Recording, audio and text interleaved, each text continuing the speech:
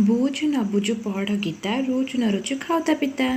मोर एत सब प्रिपेरेसन देखिए आपण मैंने जापारे जे आज मुझे कौन बन आगुरी गरम कर रखिया कड़े अल्प तेल दे से सुखिया लंका पकई जीरा सोरष फुटेदेली पिज को किस समय पर भाजदेली रसुण को भाजदेली छोट छोट कर काट रखि आलू बैगण को पकई लुण आवश्यक पत्र पकई शाग पिता शाग किछ समय भाजला पिता शाग भजा रेडी।